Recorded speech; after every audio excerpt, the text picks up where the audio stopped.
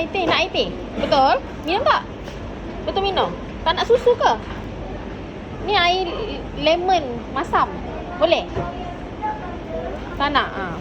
Lain lah. Macam pelik je abang ni. Buka sebelah sayang. Buka sebelah.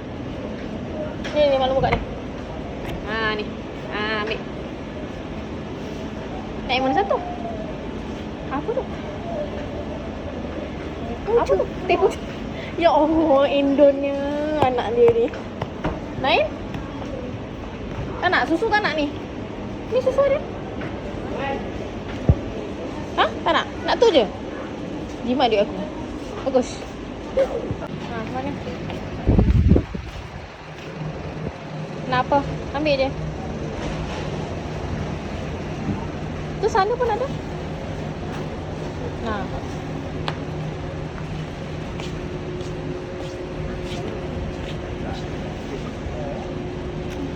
Boleh ambil. Dah, satu je. Adik? Ambil lah untuk adik. Boleh ambil.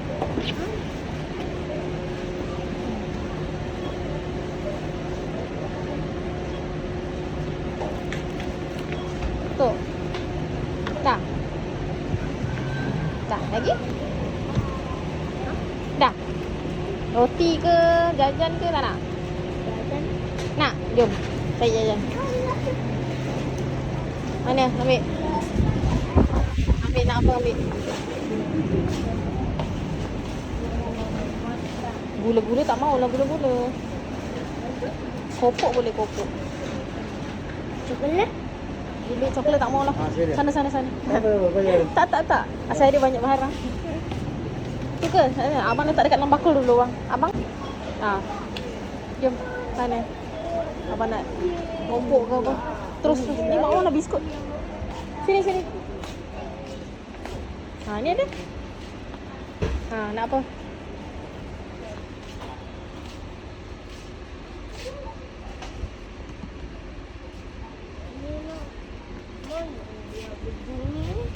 Nak yang tu? Ambil lah. Ambil. Kotak? Tak apa, memang kotak pun. Dah, cukup Aku pula yang milih.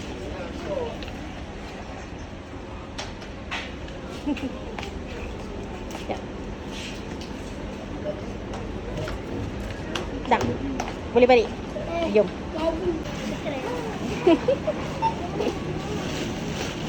Ada plastik kecil tak? Nak masuk?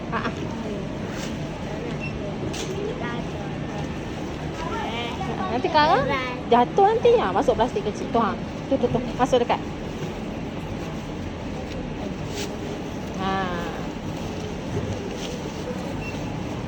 Buka. Boleh tak? Nanti malu buka.